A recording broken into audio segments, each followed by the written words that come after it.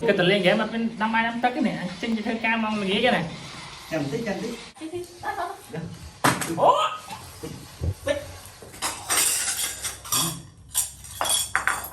một tụi biết này hẻ À, sạc lớn nè.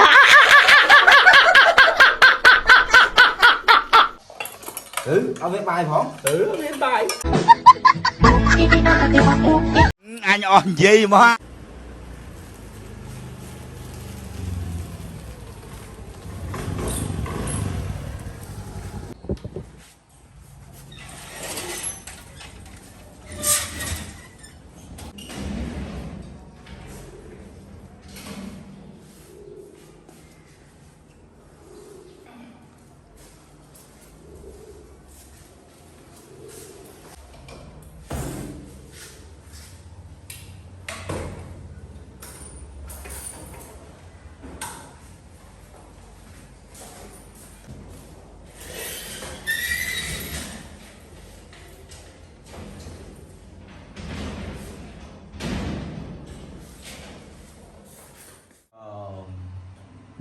thằng cái sẽ em ai nha cà thao sao cà thao hay cái skit rồi về skit ta ông đi đuôi sao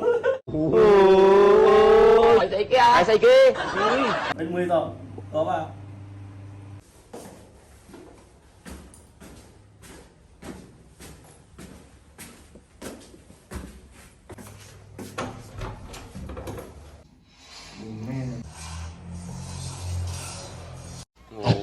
tiền ai anh ơi cái bàn tiền bàn nhặt đầu mê cái tờ liên ghé mà bên năm ai năm tất cái này anh xin cho thơ ca mong là ghé cái này Cầm tí.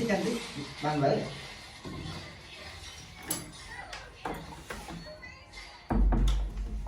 màu má cái lên chéo rồi đi vậy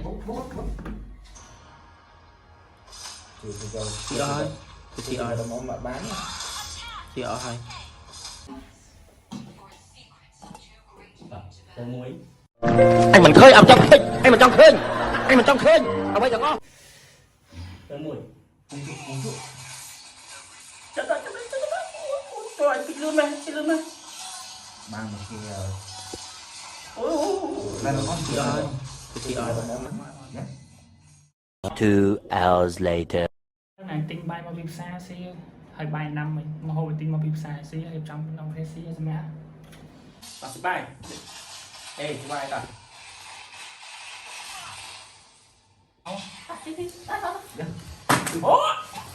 thôi giống liêu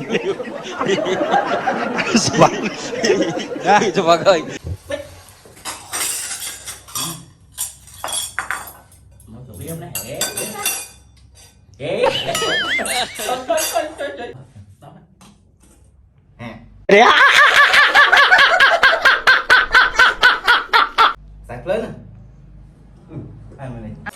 Ông viết bài phỏng. lên bài Yeah.